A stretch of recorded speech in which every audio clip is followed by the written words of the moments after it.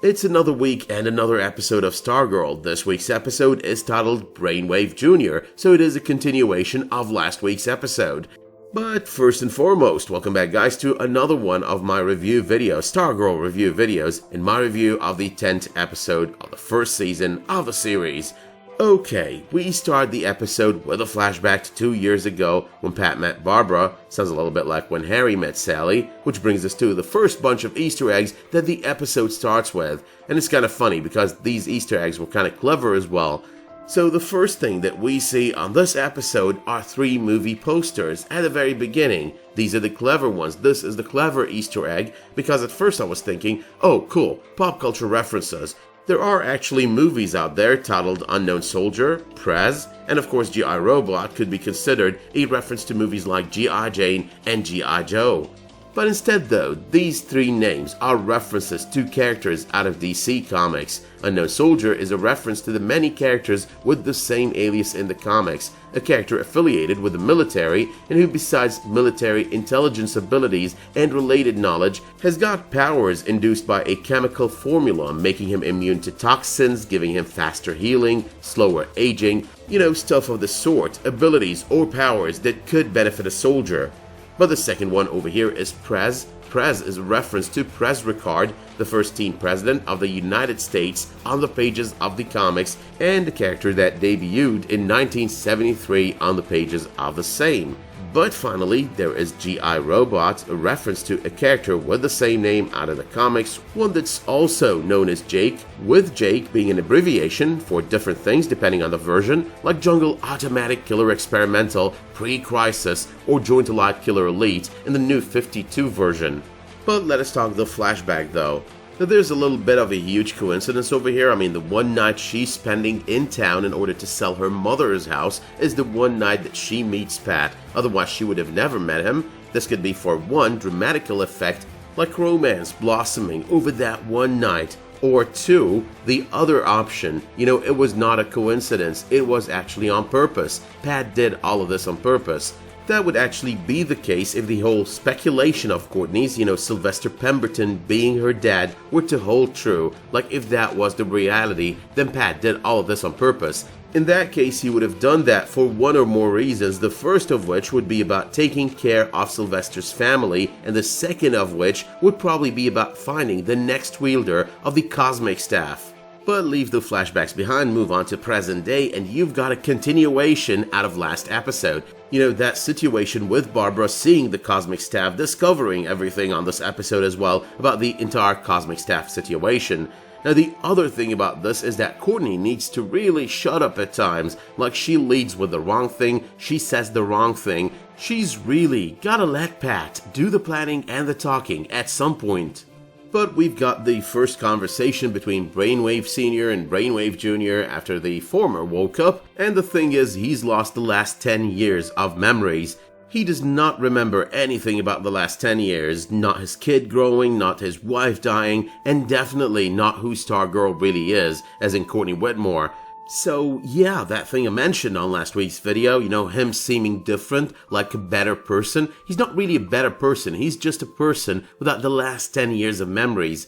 But we've got the mention of the mother's name, like Henry's mother, and she is Mary. Now not too long after this point, Henry Jr. goes home, plays one of those tapes of his father, and it's basically another continuation from last week's episode. The thing we get to see over there is pretty much a confirmation of that Easter egg that I mentioned on last week's video. The mother is indeed Mary, gimmick girl or girl 1,000 gimmicks. She is indeed as well Mary Pemberton, sister to none other than Sylvester Pemberton. One thing though that's worth mentioning over here is that we do realize that Brainwave was actually changing. That's why he also seemed different on last week's episode. It's not just the loss of memories, it is the fact that Mary was changing him. He was becoming a better man, and that's all he remembers. He remembers everything up to 10 years ago. That's right before Mary died. That's while Mary was actually succeeding at changing him into a better person. But Henry's realization, though, that Jordan killed his mother, Icicle killed his mother, does bring him to the point where he decides, I want to be on the good side, I want to avenge my mother. We get to know as well that Brainwave at some point had a redemption arc or some kind of a redemption arc, and he was almost there, but Jordan couldn't let that happen. Jordan made sure that he stays on his side. He, as a leader of the Injustice Society, was never going to allow anything to stand in his way to stop him or stop his plans. Still on the two brainwaves though, the talk about Henry Jr.'s powers activating during Henry Sr.'s coma, trying to reach out, activating his latent abilities, that's definitely all about what I've mentioned on last week's video. It's an Easter egg to Brainwave Jr.'s origin story on the pages of the comics and also to Brainwave Sr.'s death, you know, the latter transferring his powers to his son as his life came to an end. His coma on the series, you know, the one that he shouldn't have woken up from, the one that no normal man would have woken up from, that resembles the death on the pages of the comics. Then there's the part about him trying to reach out while in his coma, you know, activating Henry Jr.'s latent abilities. I think that resembles the part about transferring the abilities as he came closer to his death on the pages of the comics. But the Cosmic Staff, though it's got a mind of its own, it's tried to get Courtney to go with, but Courtney doesn't, so the staff heads right to Icicle. You know, it's planning to get Icicle, take him down, but instead, because the staff is not as powerful without its master, as Jordan does mention, it is taken down by Icicle. So Brainwave stops it, creates this barrier the staff cannot go through. Icicle, on the other hand, freezes it, holds it, and he's pretty much got the upper hand over it at this point. But the episode, though, is truly focused on the two brainwaves more than anyone else. So yeah, Henry Jr. does witness all of that. He does know that the staff is with Icicle at this point, and he does report that to Courtney, you know, who wakes up in the morning to not find the staff in his crate. But we've also got the bit about Courtney realizing that Mary Pemberton, Henry's mother, was actually sister to none other than Sylvester Pemberton, the man she thinks is her father. And that's when she decides to hug Henry to go, "We're family." And that is subsequently where Henry goes, "We can sort that out later." He's pretty much wanting to focus on the problem at hand. They've got his father, they've got her staff, and they're bad people. But once again though, the team decides to go ahead and do something without planning. They decide to pull Henry in. So instead of 4 teenagers doing stupid shit, we've got 5 now doing that. And the funny thing is, one of them does not even have a mask or a costume to hide his identity. You know, at this point I would have taken a couple steps back actually, because as Rick does mention it, no info from Chuck and no cosmic staff. That's quite an awful recipe for disaster. But the team kind of separates. They're all searching through the tunnels, everyone in one direction. We've got Rick closer to the person that killed his parents, Solomon Grundy. He does cause a certain dent in the door. I don't know if that will help Solomon escape later on, but we're gonna find out. I'm not really certain either that Solomon Grundy is very happy with the Injustice Society keeping him as a pet, so I'm not sure if he does run out, if he does make it out of there on his own, if he's gonna turn against the Injustice Society or still obey their commands. But I've gotta admit it here, it was so much fun watching this new Justice Society in action. I mean, Yolanda and Henry in specific more than anyone else, but regardless of the stupidity of their actions, the stupidity of their choices, it was still so much fun. Beth, though, is still a problem for me. I mean, Beth is only there because she wears those goggles. She does nothing else. She's useful for nothing else. I'm not really sure or certain if they have a plan for her, like they're gonna develop her character further, teach her something, make her useful in a fight, but I sure hope so. Stargirl's gymnastics do come in handy as well. I mean, she's using a normal spear, she's not really using the staff, she's using her abilities, like personally grown abilities, rather than actual powers, the powers of the cosmic staff.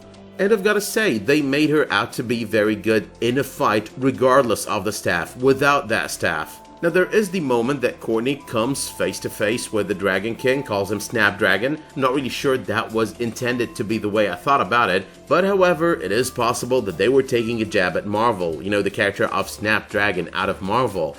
I felt it even more when the Dragonking went, "No, Dragonking," like he was saying, that stuff is beneath me. Snapdragon, he stands no chance with me. But Courtney, though, gets her staff back. That's what saves her from the Dragonking. I mean, you wouldn't have expected that she would win this fight without the staff, that she would gain the upper hand in one way or the other without that staff.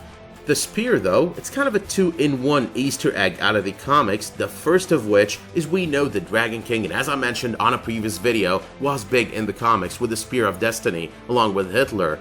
And the second one is actually about the reveal of his face, you know, that lizard skin that's exactly by the comics that we did see over there. The one that tore apart his mask, cut through it, was not really Courtney on the pages of the comics, but rather the Shining Knight.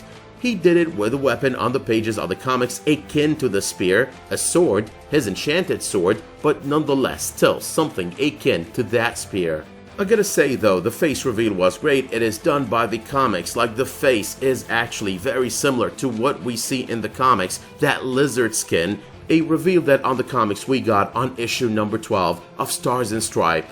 But we've also got the escape from the underground tunnels, father against son, Brainwave against Brainwave. That was an amazing thing to watch, a really good one at that. I think Henry still believes that his father is redeemable and wants to redeem him, but his father is already so far gone.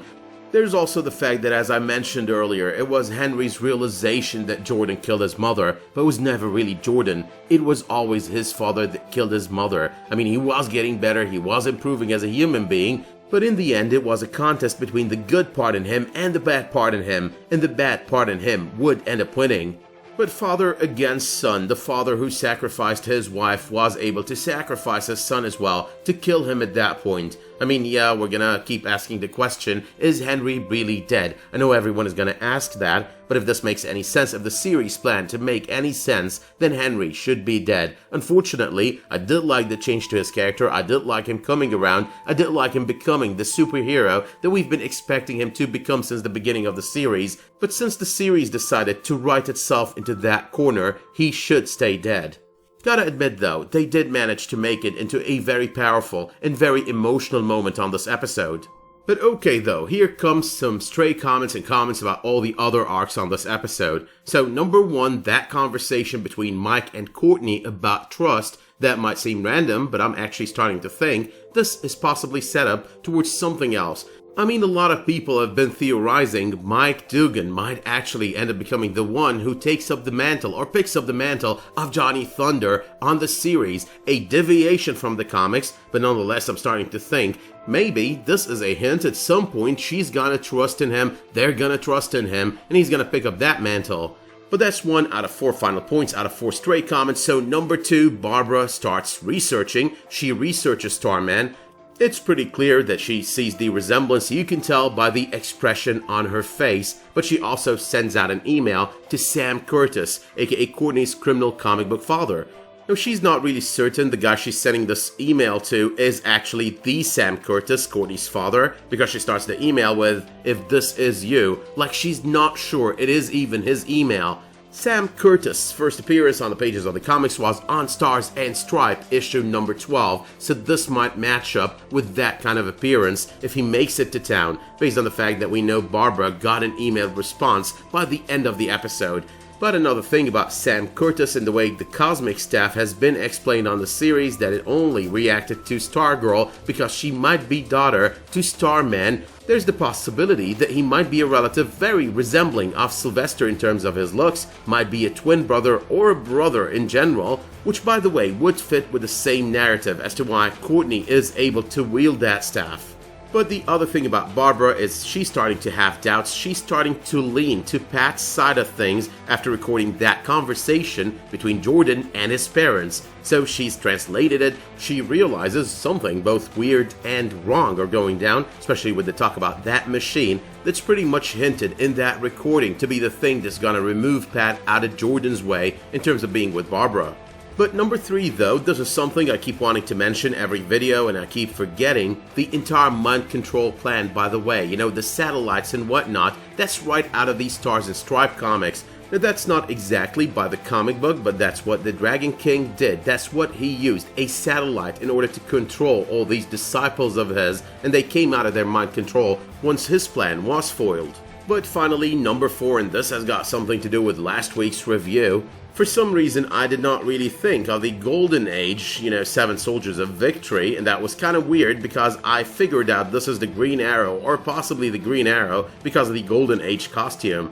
But I guess I was just fixated on the post-crisis version, the version that actually appears on the Stars and Stripe comics, which, by the way, to correct a lot of people, Spider was indeed a member of that version of the team-up from the Stars and Stripe comics. With that said though, I don't want to prolong the wrap-up, so do your thing, comment if you've got something to say, let me know what you thought of the episode, make sure you like this video, subscribe to this channel, and make sure as well you enable notifications in order to get updates whenever I upload a new video, publish a new community post, or start a new live stream. But until the next time that you tune in for another one of my videos, be it a Stargirl video or otherwise, thank you so much for tuning into this video, stay safe, and have a great day.